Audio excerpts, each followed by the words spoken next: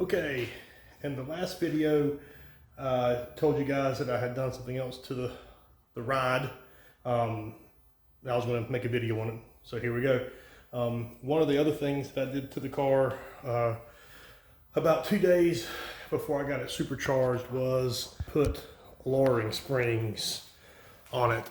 And I'll see if I can do a before and after picture of what she looked like.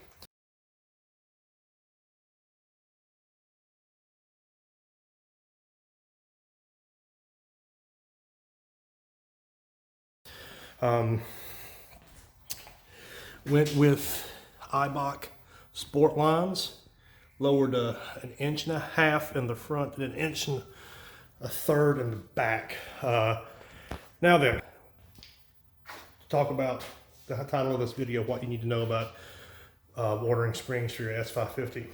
If you look on parts websites, and it happened on quite a few, when I was looking for springs, it would specifically say would not fit a PP1 car, which I just absolutely didn't understand why they wouldn't fit a PP1 car.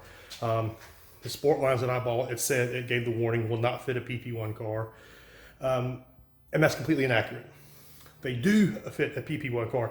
I think that there might be some confusion with these websites that it won't fit a MagnaRide car, and that might be where there's an issue.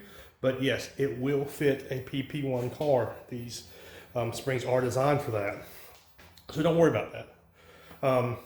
So got the springs. I will tell you that when I put the new rims and tires on, I noticed that the car, when it was over 100 miles an hour, the front end would feel very light, almost like it wanted to float. It was not very confidence inspiring at all. New springs has completely eliminated that problem. I did 152 the other day, and she was hugging the road. It felt completely stable, completely safe. I am super happy with these springs. And if you'll look, there is, maybe I can get a finger in. So you might look at that and say, well, holy cow, your tires must rub all the time.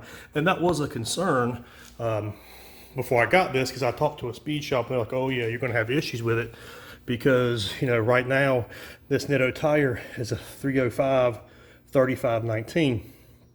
And I can tell you that the 2 months that I've had these springs on, my tire has not hit the fender well one time. And that's even with spirited driving. That's, turning the wheel all the way it will go, hitting a bump. It has been completely fine. I could not be happier with how these springs turned out. But when you start lowering your car, I will tell you guys, you're going to spend $300 or $400 on springs. And it was quite a bit of money to get put in, but don't cheap out. Go ahead and get the caster camber plates. Now I got Maxwell Motorsports, but let me tell you, it makes it so much easier for the person doing your alignment to do your alignment. This car now sits so low that the shop that installed it could not do an alignment. They needed a special machine, so it took me a little bit to find somebody who could actually do it. But one of the first things that they asked me when I went to the shop to drop it off is, do you have the caster camber plates on there? And I was like, yes. I'm like, okay, great.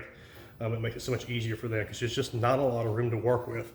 But I will tell you, I love the lowered performance, and I love the lowered look with these springs. It's just been a real treat. So, am I done yet? Well, no, I'm not. I figured I would be done after I got the blower put on there. But I'm taking it back to the shop here in the next month or so.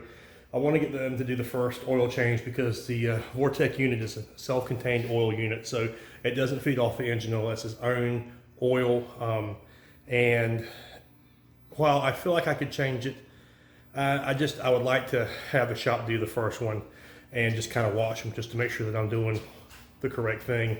And also, it's got a squeal from about 1,500 to 2,000 RPMs, which is probably just the pulley needing to be tightened some.